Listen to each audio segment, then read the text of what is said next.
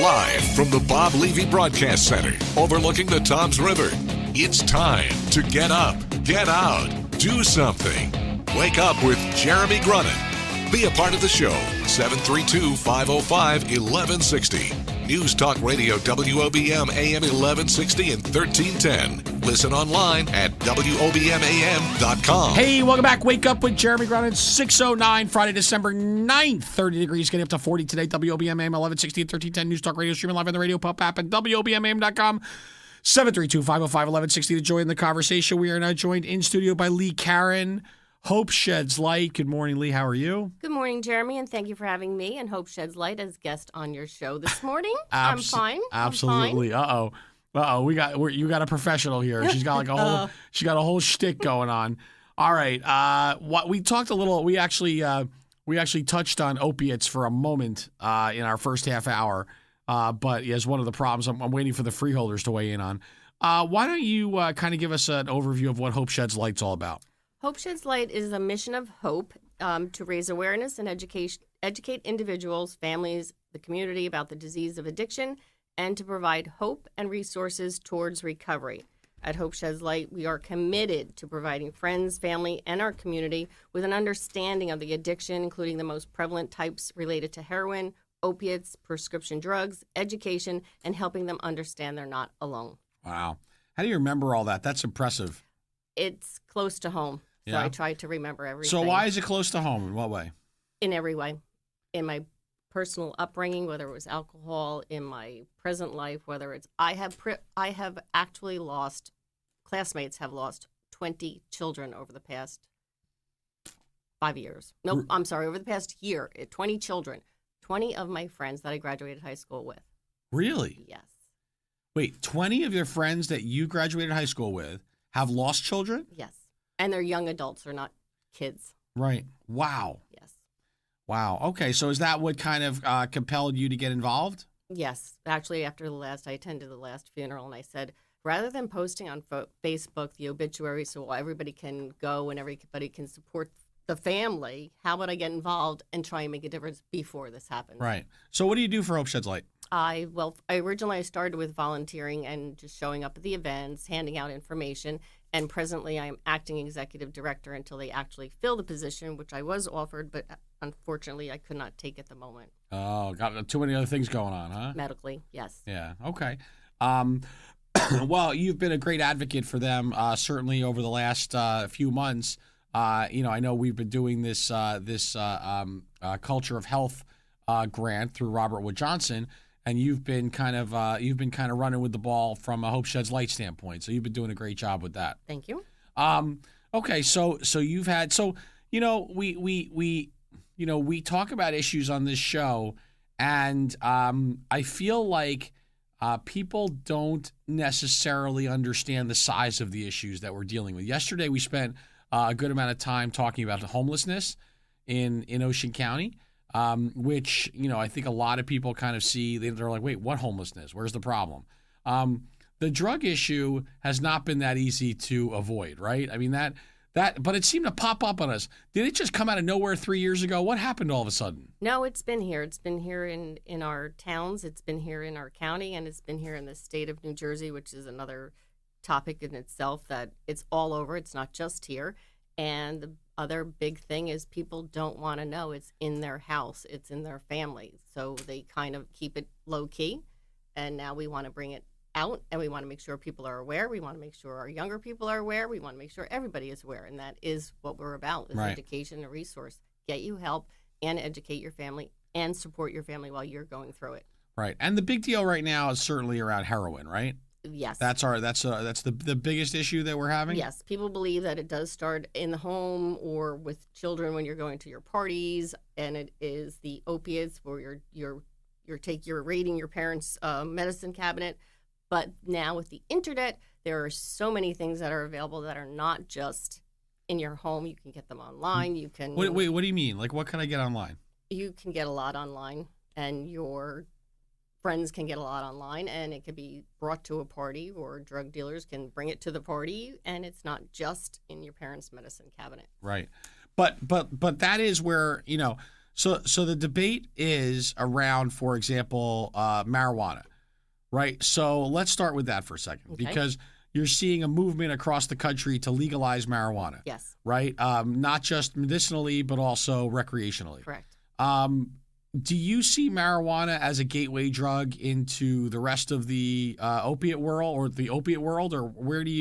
how do you feel about that? I would say that would be a personal feeling as opposed to representing Hope Sheds Light. Right. Everybody would have their own personal opinion, but I don't think it's the same. I don't think it has the same effect on a person, and it's definitely not killing people like heroin and opiates. Right, but what we're seeing, or what your experience is, has that been the gateway drug, or does it usually start a different way, or is it a combination? No, believe it or not, it's a combination, but it does start totally different. It's not like you graduate from Right. smoking weed or going right straight to you technically do kind of sort of go straight to heroin. Right, right. Because what we see a lot, and you alluded to it a few minutes ago, is it's something that's completely innocuous, completely benign at first glance, which is I get my wisdom teeth pulled out, right, and my dentist gives me a prescription for some kind of painkiller, some kind of high level painkiller, right? And so instead of giving me 2 pills, which is probably what I'll need to get through, I get 30 pills, right? I mean, that's what happens, right? And so now I take 1 pill, and I'm probably like, oh, that knocked me out my butt. I'm not taking another one of those pills. I take the pill bottle, I put it back in my medicine cabinet, and then what happens? And then you go and use it. You go and reach for it at a later date because you've heard that it does great things, or you remember that it did great things to you, or you believe that it was great anyway, and you will go back and you will use that, and then you'll look for bigger and better Right. things, and that those bigger and better things are what's going to put you in the ground. Or for me, as a 43-year-old, I put it away, I forget about it, and my 15-year-old has his friends over and starts looking through the medicine cabinet and says, "Oh, check this out! I've heard about it." Takes one, really likes it, and now all of a sudden you've started an addiction problem, right? Correct. Which is another thing is we try not to tell people what to do, but if you do have medicine from a procedure, you keep it locked up. You don't have it available in your medicine cabinet for somebody else to take. Right, right. When we come back, Lee Karen, Hope Sheds Light. I want to talk about. I want to talk a little bit about education, but I also want to talk about some of the combating tools, i.e., Narcan, and some of the things that we're using at an alarming level. Is that okay? That's okay. Cool. Back with more Wake Up with Jeremy Grunin right after this. Wake up with Jeremy Grunin wherever you go. Download the Radio Pup app for your smartphone or tablet. News Talk Radio WOBM AM 1160 and 1310. Hey, welcome back. Wake Up with Jeremy Grunin, 621. We're talking with Lee Karen. We're talking Hope Sheds Light. So the use of Narcan, it's frightening, right? So can you explain, first of all, what this is? Like, what is it all about? Narcan is something that if your child, young adult, has overdosed, we call 911, and when they arrive, they inject you with Narcan. The closest thing, I guess, that I could explain to people would be something like an EpiPen, where if you were in shock or if you were having an allergic reaction, then they give it to you and it opens everything up. Narcan is a great tool to bring your loved one back. However, it's not the solution. Right. But it's almost like it seems like a crutch at some point, because there's so many folks that are repeat offenders, right? It's like they get a Narcan, regularly. Yes. Right. I mean that's the repeat rate, or the reuse rate is wild. And now we're talking about, schools have Narcan at the schools, the police have it, the fire. I mean, everybody's got it, right? Because it's such an epidemic. It's such an epidemic, and it is a great tool to have to save somebody, to bring somebody back. But again, it's not the answer. It is an answer, but if you keep giving it to somebody and you keep bringing them back and they're not going for help, it's just going to continue. You're not addressing the real issue. Right. So what would you say to the folks that say, you know what, I hate it, because those folks, they're never coming back. We shouldn't even be using it. Just let it go and let's move along.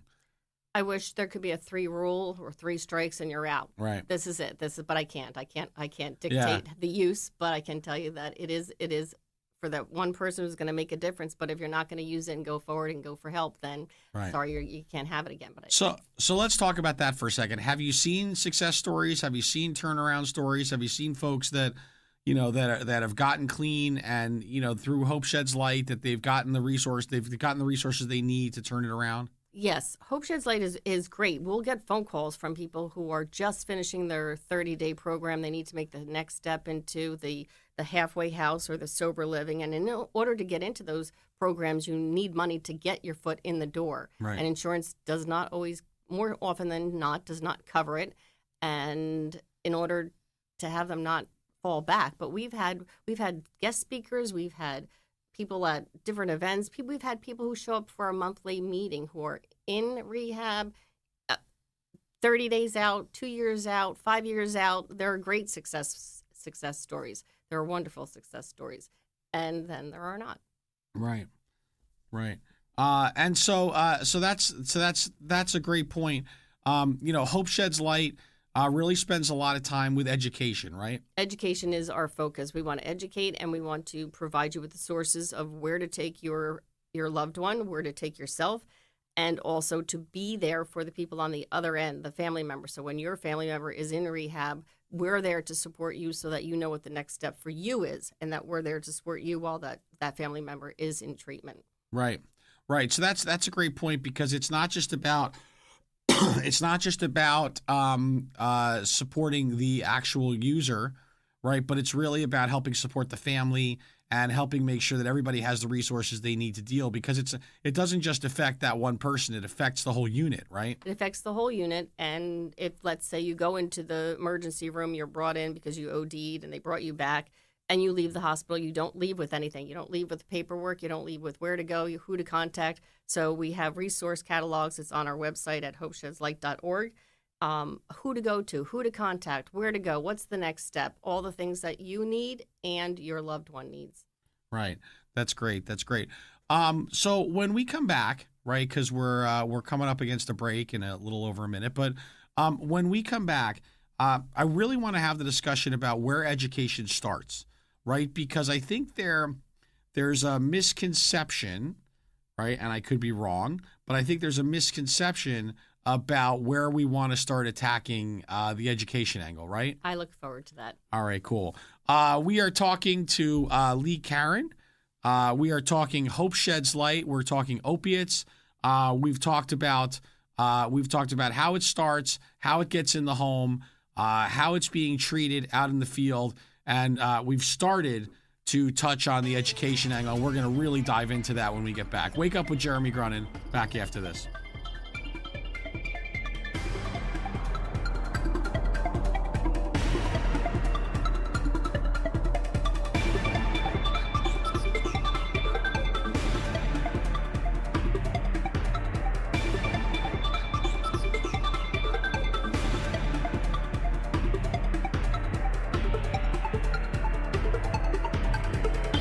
Wake Up with Jeremy Grunin. News Talk Radio WOBM AM 1160 and 1310. Live from Town Square Towers at the heart of the Jersey Shore.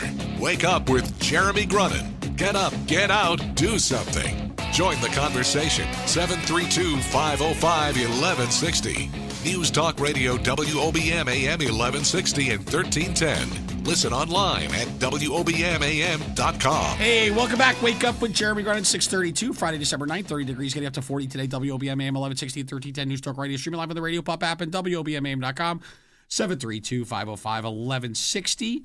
We are talking Hope Sheds Light. We're talking about our opiate issues in Ocean County and beyond, actually. But we're here with Lee Karen. So, Lee, education. It seems that our kids, when they go into middle school or when they're in middle school and high school, get a lot of start to really kind of get exposure to from an education standpoint about the pitfalls of drug use. What's your opinion? Is that the right age? When should it start? I think it should start somewhere when we were in 5th grade. We would get the little program for your body, I think fifth grade is good enough for that. I think it's good enough to start educating our children. By the time you get to sixth, seventh, eighth, and then forget even high school. Forget that. Take that out of the equation. Sixth, seventh, eighth, it's great to educate. They've already been exposed to it. But by fifth grade, our children come out, they're 2 years old, they're working the internet, they're working the iPads, Right. the devices. So if we could get into the schools maybe by fourth, fifth grade, but it's a roadblock because the parents feel like their child doesn't know about it and they want to prevent their children from knowing. And we know that they need to know before they get to the next level so that they're educated and they don't use anything. So it's a fine line. It's a very fine line. So you're saying the parents think that little Susie and little Johnny in fourth and fifth grade are they have been shielded from this world heretofore, and we don't want to talk to them about drugs because then it will open their mind to it, and they will take drugs. That is correct. Is that that's that what they is think? Not only is that correct, but I even have people who are friends. I'm 54 years old. I have friends who won't hit the like button or make comments on Hope Sheds Light for fear that you'll find out my child. You'll know if I hit the like button, then you're going to know my 24-year-old is an addict. No, I'm not going to know. And if you're 24, why don't you educate somebody so they're 24 or they're 14 Right. or they're, like I said, fifth grade. I think fifth grade is the level to get into. And again, schools are the same. Nobody wants to know it's in their house. Nobody wants to know it's in their backyard. Right. I mean, listen, I have a 7th, 8th, and 10th grader, and I know they've all seen it. They all know about it. They all know who does it to some extent, right? I mean, that starts with 7th graders. Are you comfortable having a conversation with them at the dinner table? Absolutely. But you're not the norm. Well, I mean, listen, we've talked about it, but we talk about everything with our kids. You know, I've always been a believer when it came to we were okay watching rated R movies with our kids when they were in like 5th grade, because our thought was you're going to hear this at school anyway. You're going to see this at school. You're going to get exposed to it. We'd rather you be exposed to it with us there so that we can explain it and that we can demystify it, as opposed to you having to go deal with it, you know, and see it for the first time and be like, what is that? What is that? And or your reaction. They want to come home and they want to, so-and-so told me about this. Right. So-and-so told me that they found in their mom's medicine cabinet, and it's okay to talk about. And Right. it's okay for us to educate. So I think, again, education is key, but we have to get the schools and the community okay with us speaking to Right. the younger people. Well, but I think to your point, I think the schools would we were joking about the freeholders a little bit. Right. I think we all live in the world of the path of least resistance, right? And so the schools, they want to do the right things, but they also want to do the right things without getting the bag beaten out of them by parents. Correct. And so if they know that they're going to be in the middle of a war with parents about teaching something in 4th and 5th grade, then they have to decide whether they're ready for that war. Correct. And maybe the way around that war is for us to go to your child's brownie meeting or a Right. Boy Scout event or some other, even a PTA, some other function that we can get to the children, and maybe not in the actual school until the schools are comfortable. And I'm not saying the schools itself, just the actual structure of the system, that we can use the Ocean County YMCA for example. Right. They'll be more than welcome to or happy to babysit the younger ones and bring them into another room while we have the parents in one room, the Right. children in another, and maybe the mixed crowd who are a little bit older with their parents, so that everybody gets educated. Well, I wish the parents were clamoring for it. I mean, that's what it comes down That's to. the perfect world. I wish the kids. So, since we're talking perfect world, let's transition that way, which is let's give you, Lee Karen, Hope Sheds Light, your magic wand, your pixie dust, your fairy dust, your ability just to wiggle your nose and make an impact on the world. What are you going to do? If I could make an impact on the world with my little magic wand, I would take out addiction. I would take out addiction, not just with the opiates, the heroin, with all addiction, but it's not possible. So because I can't magically make that disappear, I can use that magic wand on myself to better educate myself and to better educate my friends and family members and get them the resources and help that they need. Right. And if everybody did that, that would be a really great start, right? That would be a perfect world. Yeah. And you were saying in the break, and this particular process we probably can't appropriately explain on the radio, but you were explaining that kids now can go onto YouTube and probably see hundreds of different ways that they could ingest or get themselves high off of varying things, right? I mean, there's so many different. There's so many things out there on YouTube. It's not just YouTube. It's the internet, and it's your friends, and it's what you see on the television while your parents are home. They're not home. It doesn't matter. They're on their iPads. They're on their computers. They're watching things. They're learning. They want to mimic. They go to a party and say, "Oh, I saw that. I know that," and they do it. Or even unfortunately, for heroin or opiates, your first time could be your last time. Right. Whereas the other topic we talked about, they could do it a few times and they'll just create an addiction or a want for more. But you do learn things that you would never even imagine. Unbelievable. Never in a million years. Unbelievable. All right, Lee, why don't you tell folks where they can go to learn more about Hope Sheds Light, or where they can kind of get more resources in this battle? Hope Sheds Light organization, so hopeshedslight.org has a website. On our website, we have all our resources, so you don't have to leave your home. And if you do want to leave your home, we have a monthly meeting. Our next meeting is Tuesday, December 13th at the Holy Cross Church on 1500 Hooper Avenue, and it's open to everybody. You can know somebody, you can be that person, you can have lost somebody, you're not alone. You can come, you can join us, we can talk. You don't even have to say a word. You can just sit back and listen. But what you'll hear when you're at those meetings is that you're not alone, and your story is no different from the next person who has somebody in their family suffering from this. Right, and we have to destigmatize it. It's not that it's not a sign of your weakness that you had a family member impacted. It's not a sign of we really are at the point where we understand it's a sickness, right? As not just it's a disease, and not just an addiction, or not just an activity.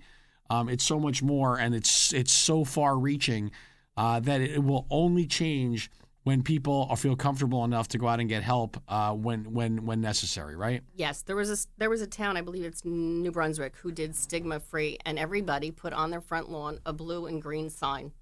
And what that represented was we want it to be stigma-free. We don't want you to feel pressure. We don't want you to feel like it's your child. If you do it for a neighbor, if you do it for somebody else, it's out there. It's not just you. Nobody's going to look at you. Nobody's going to pass judgment about you. It's education. It's right. Getting the word out.